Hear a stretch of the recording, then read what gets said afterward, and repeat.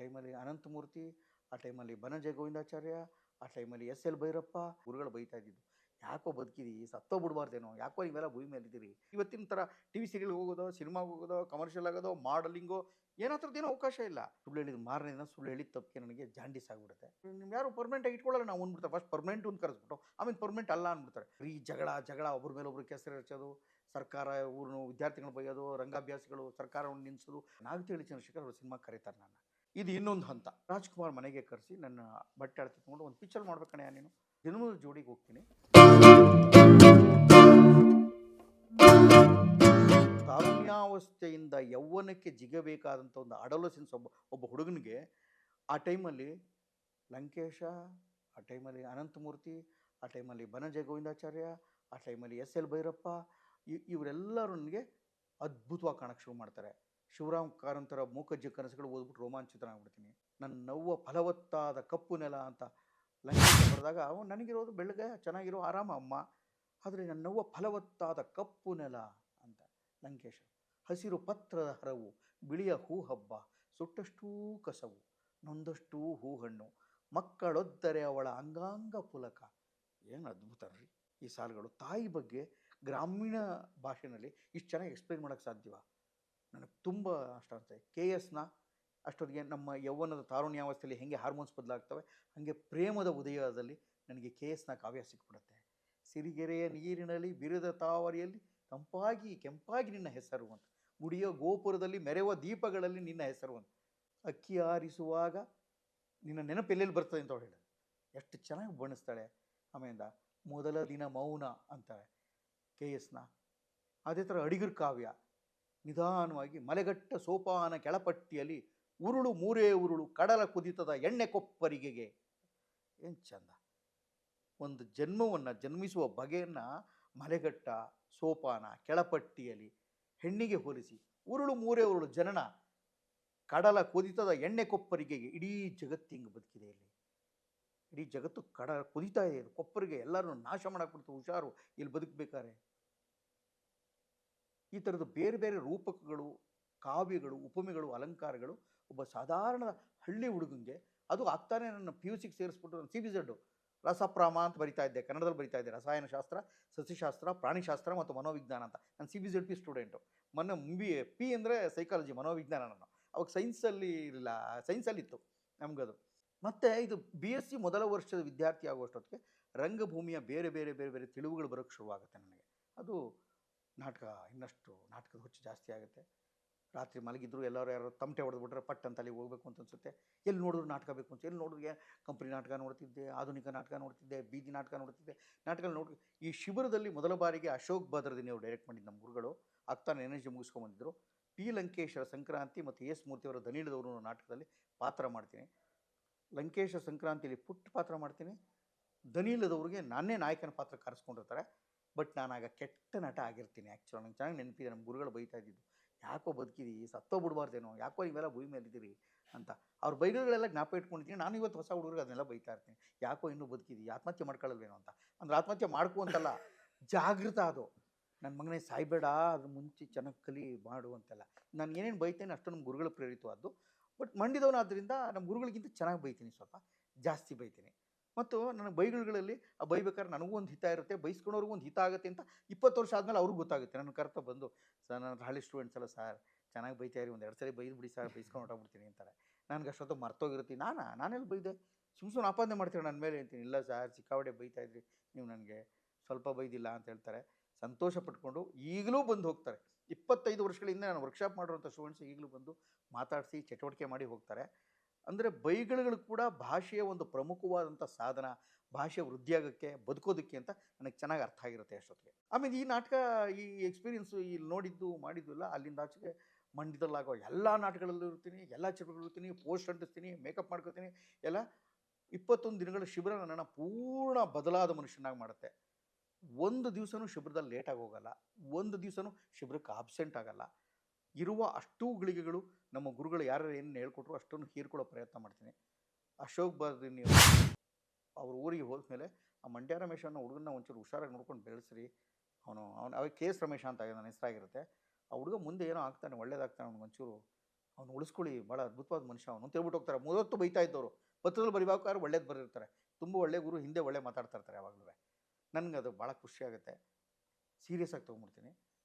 Degree ಮುಗಿಯುತ್ತೆ. ಇನ್ನು ಮುಗಿಯೋಕ್ಕೆ ಇನ್ನೊಂದು ವಾರ 15 ದಿವಸ ಏನು ಬೇಕಾದ್ರೆ ನಾನು ಹೇಳ್ತೀನಿ, ಡಿಗ್ರಿ ಮುಗಿದ್ಮೇಲೆ ನಾನು ಇದೇ ವೃತ್ತಿಲಿ ಎಲ್ಲಿ ಮುಂದುವರಿತಿ, ಏನು ಆಶಾವಾದ ಏನು ಇಲ್ಲವೇ ಇಲ್ಲ ಆ ಥರದ್ದು. ಬಟ್ ಇವತ್ತಿನ ಥರ ಟಿ ವಿ ಸೀರಿಯಲ್ಗೆ ಹೋಗೋದೋ, ಸಿನಿಮಾಗೆ ಹೋಗೋದೋ, ಕಮರ್ಷಿಯಲ್ ಆಗೋದೋ, ಮಾಡಲಿಂಗೋ, ಏನೋ ಥರದ್ದೇನೋ ಅವಕಾಶ ಇಲ್ಲ. ಕರ್ನಾಟಕದಲ್ಲಿರೋದು ಒಂದೇ ಒಂದು ನಾಟಕ ಶಾಲೆ, ನಿನಾಸಮ್ಮು. ಅಲ್ಲಿ ಮಂಡ್ಯ ಜಿಲ್ಲೆಯಿಂದ ಆ ಥರದ್ದೊಂದು ಇದೆ ಅಂತ ಮಂಡ್ಯ ಜಿಲ್ಲೆಯವ್ರಿಗೆ ಏನೂ ಗೊತ್ತಿಲ್ಲ ಆಗ. 37 ವರ್ಷಗಳ ಹಿಂದೆ ಅನ್ಕೋತೀನಿ. ಇವತ್ತು 40 ವರ್ಷ ಆಗೋಯ್ತು ಸರ್, 40 ವರ್ಷ ಆಗೋಯ್ತು. ತಕ್ಷಣವೇ ಅಪ್ಲೈ ಮಾಡ್ತೀನಿ. ಮನೇಲಿ ಸುಳ್ಳು ಹೇಳ್ತೀನಿ, ನೋಡಿ ನಾನು ಡಿಪ್ಲೊಮೊ ಇನ್ ಸೆರಿಕಲ್ಚರ್ ಅಂತ ಹೋಗ್ತಾ ಇದ್ದೀನಿ. ಗೌರ್ಮೆಂಟಲ್ಲಿ ಅಗ್ರಿಕಲ್ಚರ್ ಅಸಿಸ್ಟೆಂಟ್ ಅಂತ ಕೆಲಸಕ್ಕೆ ತೊಗೋತಾರೆ. ಈ ಡಿಪ್ಲೊಮೊ ಆದ ತಕ್ಷಣ ಗೌರ್ಮೆಂಟ್ ಕೆಲಸಕ್ಕೆ ಸೇರಿಕೊಳ್ಳೋದೆ, ನಿಮಗೆಲ್ಲ ದುಡ್ಡು ತಂದು ಕೊಡೋದೆ. ಅಮ್ಮ ನಿನಗೆ ಸೀರೆ, ಅಕ್ಕ ನಿನಗೆ ಇನ್ನೊಂದಿನ ತಂದು ಕೊಡ್ತೀನಿ, ಅಪ್ಪ ಇನ್ನು ಪ್ರತಿ ತಿಂಗಳು ನಾನು ದುಡ್ಡು ಕೊಟ್ಬಿಡೋದೆ, ಮನೆಗೆ ಸಂಬಳ, ಡೋಂಟ್ ವರಿ ಅಂತ ಒಂದು ಸುಳ್ಳು ಹೇಳಿದ ಮಾರನೇ ದಿನ ಸುಳ್ಳು ಹೇಳಿದ ತಪ್ಪಿಗೆ ನನಗೆ ಜಾಂಡೀಸ್ ಆಗಿಬಿಡುತ್ತೆ. ಜಾಂಡೀಸ್ನಲ್ಲಿ ರಗ ರಗ ರಗ ಕಣ್ಣುಗಳೆಲ್ಲ ಹಳದಿ ಆಗಿದ್ದಾಗ, ಮೈಯೆಲ್ಲ ಇದಾಗಿದ್ದಾಗ ನನ್ನ ಗೆಳೆಯ ಪದ್ಮನಾಭನವನು ಜಾಂಡೀಸಿನ ಔಷಧಿ ಕಟ್ಕೊಡ್ತಾನೆ, ಇದನ್ನು ಹಾಲ್ಗೆ ಹಾಕೊಂಡು ಕುಡಿ ದಿವಸ ಅಂತ. ಆ ಗೆಳೆಯನ ಪ್ರೀತಿಯನ್ನು ಹೊತ್ಕೊಂಡು 4-6 ಬಟ್ಟೆಯನ್ನು ತೊಗೊಂಡು ನಿನಾಸಮ್ಗೆ ಹೋಗಿ ಅಲ್ಲಿ ಆಡಿಷನ್ ಅಂದರೆ ಸಂದರ್ಶನ ಇತ್ತು. ಅಲ್ಲಿ ಸೆಲೆಕ್ಟ್ ಆಗ್ತೀನಿ. ಸುಬ್ಬಣ್ಣವರು, ಪ್ರಸನ್ನವರು ಎಲ್ಲ ಕೂತಿರ್ತಾರೆ. ಸೆಲೆಕ್ಟ್ ಆಗುತ್ತೆ ನಾನು ಮಂಡ್ಯ ಜಿಲ್ಲೆಯಿಂದ. ಮುದ್ದೆ ಎಲ್ಲ ಏನು ಮಾಡ್ತಿ ಅಂತ ಕೇಳ್ತಾರೆ. ಪರವಾಗಿಲ್ಲ, ಮುದ್ದೆ ಇದ್ದರೂ ತಿಂತೀನಿ ಸರ್, ಇಲ್ಲಾಂದ್ರೆ ಅನ್ನ ಸಾರವೇ ಆಗುತ್ತೆ ಅಂತ. ಊಟದ ಕಡೆ ಅವಾಗೇನು ಭಾಳ ನಾನು ದೊಡ್ಡ ಗಮನ ಕೊಟ್ಟವನಲ್ಲ. ಈಗ ಊಟದಲ್ಲಿ ಕಮ್ಮಿನೇ ಊಟ ಮಾಡಿದ್ರೆ ರುಚಿ ಕೇಳ್ತೀನಿ. ಅವತ್ತಲ್ಲಿ ನಿನಾಸಮ್ ಆಗ್ತದೆ. 1 ವರ್ಷದ ನಿನಾಸಮ್ ನನ್ನ ಇಡೀ ಪ್ರಜ್ಞೆಯನ್ನು ಬದಲು ಮಾಡಿದಂಥ ಜಾಗ. 1 ವರ್ಷದ ಡಿಪ್ಲೊಮೊ ತುಂಬ. ಇವತ್ತು 10 ತಿಂಗಳು ನಾನು ಇಲ್ಲೇನು ಮಾಡ್ತೀನಿ ಅದರ ನೆರಳು, ಅದನ್ನು ತಲೆಯಲ್ಲಿ ಇಟ್ಕೊಂಡೇ ನಾನು ಮಾಡಿದ್ದು. ಅದು ತುಂಬ ಬೇರೆ ಬೇರೆ ಬೇರೆ ಬೇರೆ ಹೊಸ ವಿಷಯಗಳನ್ನ ಕೊಡುತ್ತೆ, ಕಲಿಸ್ಕೊಡ್ತಾ ಹೋಗುತ್ತೆ. ಜಗತ್ತಿನ ದೊಡ್ಡ ದೊಡ್ಡ ನಿರ್ದೇಶಕರು, ಸತ್ಯಜಿತ್ ರೇ ಯಾರು, ಬರ್ಗ್ಮನ್ ಯಾರು, ಕುರುಸೋವ ಯಾರು, ಅವ್ರ ಚಲನಚಿತ್ರಗಳು ಅಂದ್ರೇನು, ಮತ್ತು ಅವ್ರಿಗೂ ಮತ್ತು ರಂಗಭೂಮಿಗೆ ಇರುವಂಥ ನಿಕಟ ಸಾಮೀಪ್ಯ ಏನು, ಒಳ್ಳೆ ನಾಟಕಗಳು ಅಂದ್ರೇನು, ಜಾನಪದ ಪ್ರಕಾರಗಳು ಅಂದ್ರೇನು, ಗ್ರೀಕ್ ನಾಟಕ ಅಂದ್ರೇನು, ಸಂಸ್ಕೃತ ನಾಟಕ ಅಂದ್ರೇನು, ಯೂರಿಪಿಡಿಸ್ ಯಾರು, ಸೊಫೋಕ್ಲಿಸ್ ಯಾರು, ನಮ್ಮ ಭರತ ನಾಟ್ಯಶಾಸ್ತ್ರನ ಯಾಕೆ ಓದಬೇಕು ಪ್ರತಿಯೊಬ್ಬರೂ, ಸ್ಟ್ಯಾನ್ಸ್ಲವಸ್ಕಿ ಯಾರು, ಗ್ರುಡವಸ್ಕಿ ಯಾರು, ಈ ಪ್ರಪಂಚದ ಅತ್ಯಂತ ದೊಡ್ಡ ಜಗತ್ತಿನೊಂದನ್ನು ಹಳ್ಳಿಯ ಗ್ರಾಮೀಣ ಹುಡುಗನಿಗೆ ಬರೀ ಸಿನಿಮಾ ನೋಡಿಕೊಂಡು, ರಾಜ್ಕುಮಾರ್ನ ನೋಡಿಕೊಂಡು, ರಾಜ್ಕುಮಾರ್ ಆರಾಧನೆ ಮಾಡಿಕೊಂಡು, ಅವ್ರ ನಾಟಕಗಳು, ಅವ್ರ ಸಿನಿಮಾಗಳ ಮೂಲಕ ಬೆಳೆದಂಥ ಹುಡುಗನಿಗೆ ಒಂದು ಹೊಸ ಜಗತ್ತು ಸಿಗುತ್ತೆ. ಆ ಹೊಸ ಜಗತ್ತಿನ ಪರಿಚಯ ನನಗೆ ಒಂದು ದೊಡ್ಡ ಸಂತೋಷ ಕೊಡುತ್ತೆ. ಅಲ್ಲಿಂದ ನಿನಾಸಮ್ನಿಂದ ಶುರು ಅಂತ ಜರ್ನಿ. ಆ ವರ್ಷವೇ ನಮ್ಮ ಟೀಮು ದಿ ಬೆಸ್ಟ್ ಟೀಮು ನಿನಾಸಮಲ್ಲಿ ಅಂತ ಅಂದ್ಬಿಟ್ಟು ಮರು ವರ್ಷ ನಿನಾಸಮ್ ರೆಪರ್ಟ್ರಿ ಅಂತ ಮಾಡ್ತಾರೆ, ನಿನಾಸಮ್ ತಿರುಗಾಟ ಅಂತ. ಇವತ್ತು ಕರ್ನಾಟಕದಲ್ಲಿ ಅತ್ಯುತ್ತಮವಾದ ನಾಟಕಗಳು ನಿಮಗೆ ನೋಡೋಕ್ಕೆ ಸಿಕ್ಕಿದ್ರೆ ನಿನಾಸಮ್ ತಿರುಗಾಟದ ನಾಟಕಗಳಿಂದ ಸಣ್ಣ ಸಣ್ಣ ಹಳ್ಳಿಯಲ್ಲಿ ಈ 40 ವರ್ಷ ಅವ್ರು ಸುತ್ತಾಡಿದ್ರಿಂದ, ಅದರಲ್ಲಿ ಮೊದಲ 4 ವರ್ಷ ಕಲಾವಿದನಾಗಿ ಮಳೆ ಹೊಡಿತಾ, ಆ್ಯಕ್ಟ್ ಮಾಡ್ತಾ, ಹಾಡ್ತಾ, ಗ್ರೂಪಲ್ಲಿ ಸೇರಿಕೊಂಡು ಕಸ ಹೊಡಿತಾ, ಪರದೆ ಕಟ್ತಾ, ಒಂದು ಎಲ್ಲ ಶಕ್ತಿಯನ್ನು ರೂಪಿಸ್ಕೊಳ್ಳೋಕ್ಕೆ 4 ವರ್ಷ ಸತತವಾಗಿ ಕೆಲಸ ಮಾಡಿ. ಆ 4 ವರ್ಷ ಇನ್ನೊಂದಷ್ಟು ಶಕ್ತಿ ಚೈತನ್ಯಗಳನ್ನ ತುಂಬ್ತಾ ಹೋಗುತ್ತೆ. ಎಲ್ಲ ಅನುಭವಗಳು ತುಂಬ ದೊಡ್ಡ ದೊಡ್ಡ ಜನರ ಪರಿಚಯ ಆಗುತ್ತೆ. ಇದೊಂದು ದೊಡ್ಡ ಹಂತ. ಅದು ಮುಗಿಸ್ಕೊಂಡು ರಂಗಾಯಣಕ್ಕೆ ಬರ್ತೀನಿ. ರಂಗಾಯಣದಲ್ಲಿ ಸೆಲೆಕ್ಟ್ ಆಗ್ತೀನಿ. ಕಾರಂತರ ಜೊತೆ 8 ವರ್ಷ ಬದುಕ್ತೀನಿ. ಇದೊಂದು ಹಂತ.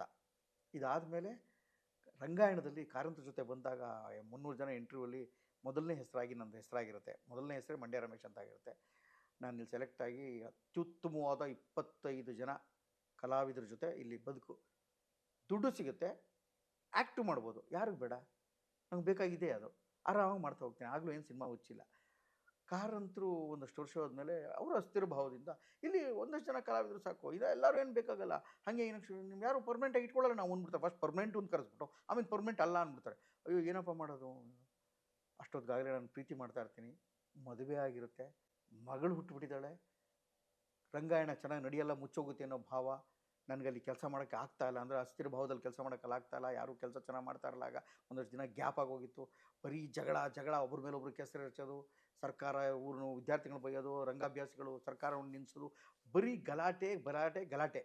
ಇಂಥದ್ದೊಂದು ಸಂದರ್ಭದಲ್ಲಿ ರಂಗಾಯಣ ಬಿಡಲೇಬೇಕಾಗಿತ್ತು ನಾನು. ಯಾಕೆ ನನ್ನ ಜಾಗವನ್ನು, ನನ್ನ ಅಸ್ತಿತ್ವವನ್ನು ನಾನು ಗುರುತಿಸ್ಕೋಬೇಕಾಗಿತ್ತು. ಕಾರಂತರನ್ನು ಕಾರಂತರು ಬಿಟ್ಟು ಹೊರಟೋಗ್ತಾರೆ. ಅಷ್ಟೊತ್ತಿಗೆ ರಂಗಾಯಣ ಬಿಟ್ಟು ಹೊರಟೋಗ್ತಾರೆ. ನನಗೆ ಕಾರಂತರೇ ರಂಗಾಯಣದಲ್ಲಿ ಇಲ್ಲ ಅಂದಾಗ ಒಂಥರ ಅನಾಥ ಪ್ರಜ್ಞೆ ಕಡಕ್ಕೆ ಶುರುವಾಗುತ್ತೆ. ಯಾಕೆಂದರೆ ನನಗೆ ಬೈತಾನೆ ಪ್ರೀತಿ ಮಾಡಿದ ಒಂದು ಜೀವ ಅದು ಕಾರಂತ ಅನ್ನೋದು. ನಾನು ಏನು ಮಾಡಲಿ, ಕಾರಂತ ಹೊರಟೋಗಿದ್ದಾರೆ, ನಾನು ಇನ್ನೂ ಏನಾದ್ರು ಕಲಿಬೇಕು ಅಂತ ಇನ್ನೊಂದು ಅಷ್ಟೊತ್ತಿಗೆ ಸಿನಿಮಾದಿಂದ ಆಫರ್ ಬರುತ್ತೆ. ನಾಗತಿಹಳ್ಳಿ ಚಂದ್ರಶೇಖರ್ ಅವರು ಸಿನಿಮಾಗೆ ಕರೀತಾರೆ ನನ್ನ. ಇದು ಇನ್ನೊಂದು ಹಂತ, 4ನೇ ಹಂತ ದಾಟಿದ್ದೀನಿ. 4ನೇದು ದಾಟಿದ್ವಿ. ಕಾರಂತರು ಸಿನಿಮಾಕ್ಕೆ ಯಾರನ್ನೂ ಕಳಿಸಲ್ಲ ಅಂತಿರ್ತಾರೆ. ಕಾರಂತರೇ ಹೊರಟೋಗಿದ್ದಾರೆ. ನಾಗತಿಹಳ್ಳಿ ಪಿಕ್ಚರ್ ಕಳ್ಸೋಕ್ಕಾಗಲ್ಲ ಅವರು. ಸುಮ್ಮನಿರ್ತೀನಿ. ಬಸವಲಿಂಗಯ್ಯ ಬರ್ತಾರೆ.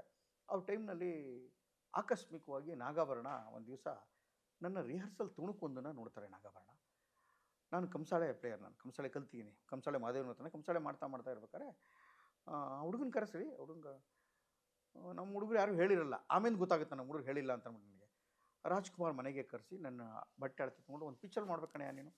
ಯಾಕೆ ಸರ್, ಇದು ಕಂಸಾಳೆ ನನಗೆ ಗೊತ್ತಿದೆ, ಅದನ್ನು ಹೇಳ್ಕೊಡ್ಬೇಕು ಶಿವರಾಜ್ ಕುಮಾರ್ಗೆ, ನೀವು ಜನ್ಮದ ಜೋಡಿ ಅಂತ ಒಂದು ಪಿಕ್ಚರು ಅಂತ. ಜನ್ಮದ ಜೋಡಿಗೆ ಹೋಗ್ತೀನಿ. ಹಾಯ್ ನಮಸ್ಕಾರ, ನಾನು ನಿಮ್ಮ ಧರ್ಮ ಕೀರ್ತಿರಾಜ್. ಡೈಲಿ ಮಾಧ್ಯಮ ಪ್ರತಿಯೊಬ್ಬರನ್ನು ದಯವಿಟ್ಟು ಸಪೋರ್ಟ್ ಮಾಡಿ. ನನಗೊಂದು ಖುಷಿ ಏನಂದರೆ, ನನಗೆ ತುಂಬ ಪರಿಚಯ ಇರೋರು ಅಶೋಕ್ ಅವರು. ಸೊ ನನಗೆ ಒಂದು ಸಿನಿಮಾ ರಂಗದಲ್ಲಿ ನಾನು ಕಾಲಿಟ್ಟಾಗಿಂದ ಇವತ್ತಿನವರೆಗೂ ನಾನು ತುಂಬ ಸಪೋರ್ಟ್ ಮಾಡಿದ್ದಾರೆ. ಏನೇ ಒಂದು ಹಿಟ್ ಆಗಿರ್ಬೋದು, ಫ್ಲಾಕ್, ಪ್ರತಿಯೊಂದು ಹಂತದಲ್ಲೂ ನನ್ನ ಜೊತೆ ಇದ್ದಾರೆ.